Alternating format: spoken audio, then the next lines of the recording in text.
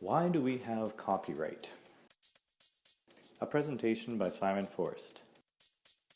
The governmental body that oversees copyright in Canada is the Canadian Intellectual Property Office. They give three basic reasons as to why copyright exists: to protect original creative works from being copied by others without permission, to promote the orderly exchange of ideas, to promote creativity. The basics of copyright. Where does the need for copyright stem from? I've seen a very simple example in the kindergarten class at my school. See my new drawing? Isn't it cool? Ooh, that is pretty good. I'm going to try drawing one of those, too. How do you like it? Mrs. Smith, Sally copied my picture. The UBC Graduate Studies webpage on intellectual property suggests that copyright does not protect ideas. Rather, it is the expression of an idea that is protected.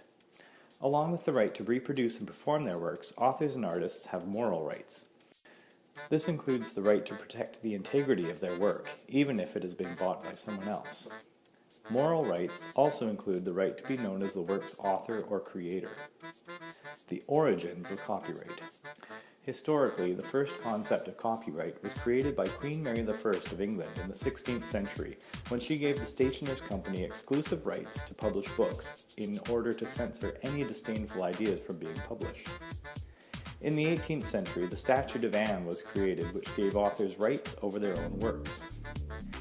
In the United States, the first mention of copyright ideas was in the original 1787 Constitution. The Congress shall have power to promote the progress of science and useful arts by securing the limited times to authors and inventors the exclusive right to their respective writings and discoveries. 3 years later, the Copyright Act was created, modeled on the Statute of Anne, and many revisions have been conducted to create the current Copyright Act. In the U.S. Constitution, which was adopted over 200 years ago, there's only one substantive area of law that was included in the Constitution, and that was protecting creators' rights, because the Founding Fathers in the U.S. said that would be more determinative of about anything else as to how successful a country you would have, is that if you had people, imaginative, curious, thinking people who would want to build things, make things. And the theory was they wouldn't do it unless you somehow protected that right. Well, piracy is the unauthorized taking or theft of that intellectual property without compensation.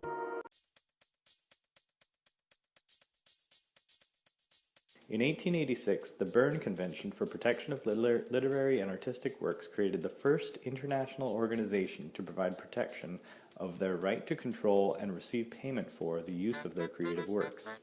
The Berne Convention later became the World Intellectual Property Organization, an agency of the United Nations. Canadian copyright history is closely related to British copyright history, but it can be summed up as this. Canada joins the Berne Convention. Canada quits the Berne Convention. Canada joins the Berne Convention. Canada almost quits the Berne Convention. Canada joins the Berne Convention and remains a part of it because that's what all of its trading partners are doing. Some examples of how copyright law has protected artists. The ETEC is the oldest Irish psalter and the earliest example of Irish writing. St. Columba wrote the copy from one lent to him by St. Finian. When a dispute about the ownership of the copy began, the king of Tara said, "To every cow belongs her calf, therefore to every book belongs its copy." Isaac Newton and Gottfried Wilhelm Leibniz both thought they were the father of calculus. Although Leibniz published his book first, Newton said he plagiarized one of his early drafts. Leibniz died before anything was settled. Historians now agree that they each developed their own theories independent of each other.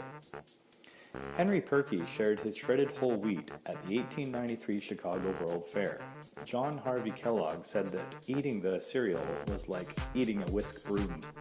By 1912, the Kellogg Company started selling shredded wheat. Perky's company lost its lawsuit because the pillow shape is functional and shredded wheat was not trademarked. We sampled them from them, but it's not the same bass line.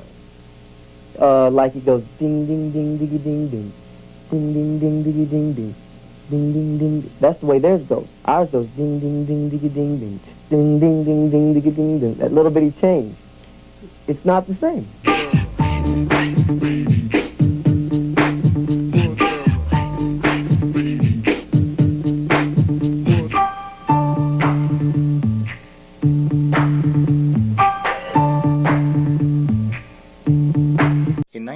1999, 18-year-old Sean Fanning created Napster, allowing users to download MP3s for free.